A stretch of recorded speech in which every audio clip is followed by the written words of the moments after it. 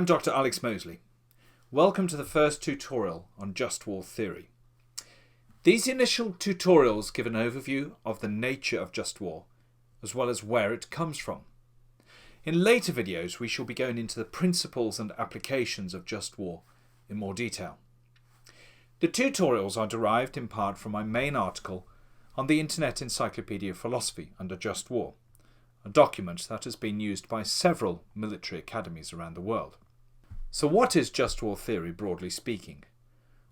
Just war theory deals with the justification of how and why wars are fought. It covers a set of guides or principles or conventions that have arisen to justify what is deemed fair or unfair in war and warfare. Broadly put, its application seeks to retain some form of civility in what can quickly degenerate into basically a violent, destructive, nihilistic, inhumane practice. The justifications for waging war and for the kinds of warfare that are ethically acceptable can be either theoretical or historical, or what we can also call conventional. They emerge through experience to become something people expect.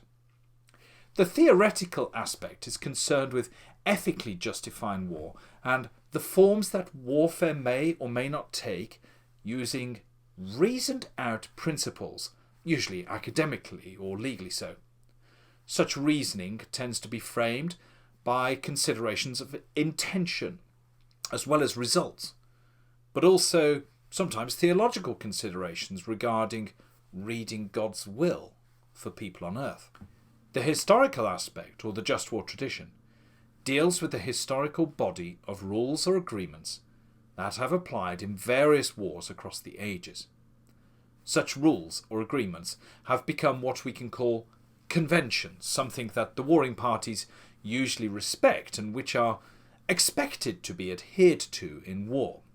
Such conventions may in turn be used to help develop explicit legal codes, which politicians and servicemen and women of the armed forces are expected to abide by.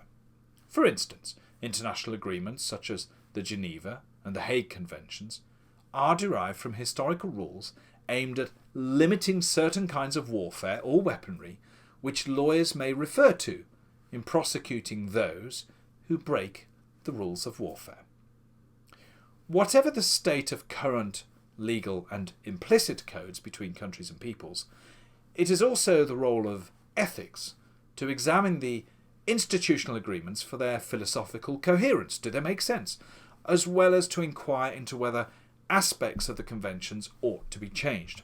For instance, in the development of legal codes, a change in morality in national or global culture can help nudge international legal experts into supporting or altering an old convention. And likewise, the intellectual talents of the law courts and also of universities may also encourage a refining of the conventions to reflect recent insights involving new weaponry or the treatment of prisoners. So, while we may refer to legal codes and international agreements to avoid certain actions or weapons, just war theory is in reality an organic convention that grows and changes, and that is something that is mutually acceptable across peoples. Of course, there have been violations or a complete disregard of the conventions historically, and we will look at how a rejection of what is deemed fair in war may arise between peoples. What is interesting, though, is that the just war conventions in some form or other can be observed historically all around the world.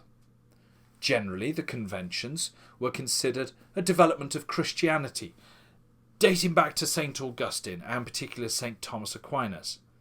But anthropology and interdisciplinary research has hinted at a less restrictive scope, and in my research and published articles, I would argue that the conventions between peoples tend to emerge spontaneously, as their interactions encourage a mutual understanding and respect of each other, which reflects the argument that when people believe that their enemy are human, just like themselves, deserving some form of respect, then just war conventions arise from a recognition of what some philosophers call at a deeper level the natural law that is innately, it's within us, acknowledged by most people on the planet. That is arguable from a philosophical point of view, of course.